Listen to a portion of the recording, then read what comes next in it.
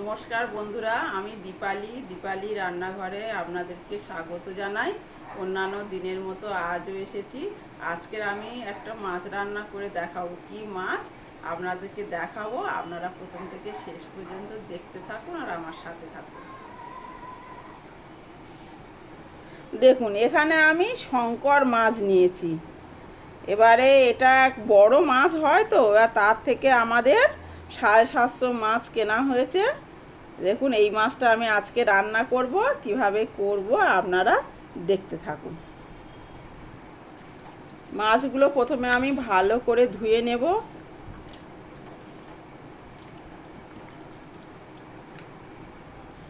মাছের পরিমাণে দিয়ে দেব লবণ, হলুদ গুঁড়ো, আর দিয়ে দেব অল্প একটু লঙ্কার গুঁড়ো।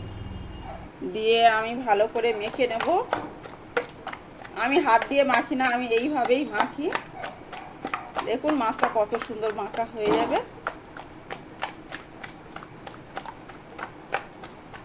এই দেখুন,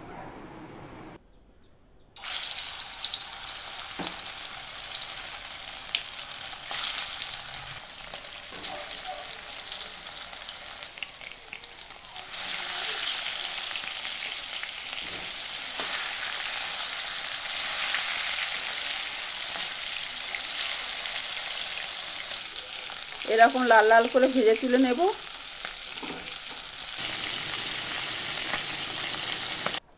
আলুগুলো ভেজে নেব।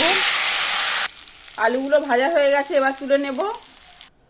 দিয়ে দেব পেঁয়াজ কুচি, দিয়ে দেব 1 চামচ রসুন বাটা, দিয়ে দেব একটা টমেটো কুচি,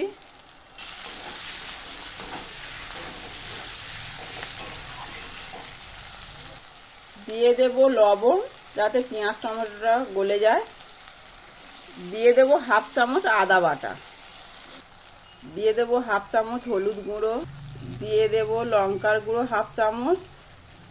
আপনারা কেমন ঝাল খাবেন তেমন অনুযায়ী লঙ্কা দেবেন। দিয়ে দেব 1/2 চামচ জিরে ধনে গুঁড়ো।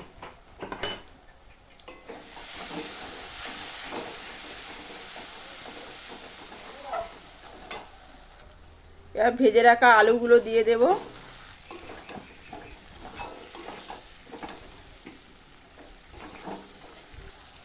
এবার দিয়ে দেব জল।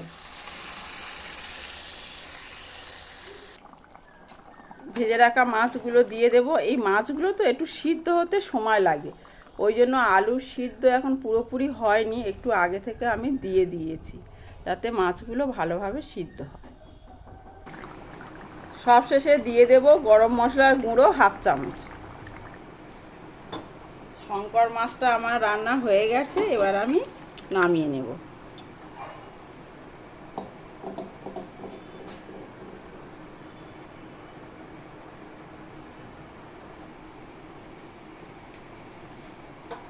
আমার শঙ্কর মাছটা রান্না হয়ে গেছে। এই মাছটা কি বলুন তো, একদম পুরো মাংসের মতো করে রান্না করতে হয়। তাই এই রান্নাটা যদি আপনাদের ভালো লেগে থাকে তাহলে আপনারা অবশ্যই ইউটিউব থেকে দেখলে সাবস্ক্রাইব করবেন, আর আমার ফেসবুক পেজ আপনারা ফলো করবেন। আপনারা সুস্থ থাকুন, ভালো থাকুন, এই বলে আমার ভিডিওটা এখানেই শেষ করলাম। অন্যদিন অন্য কিছু নিয়ে আপনাদের সাথে আবারও শেয়ার করতে আসবো।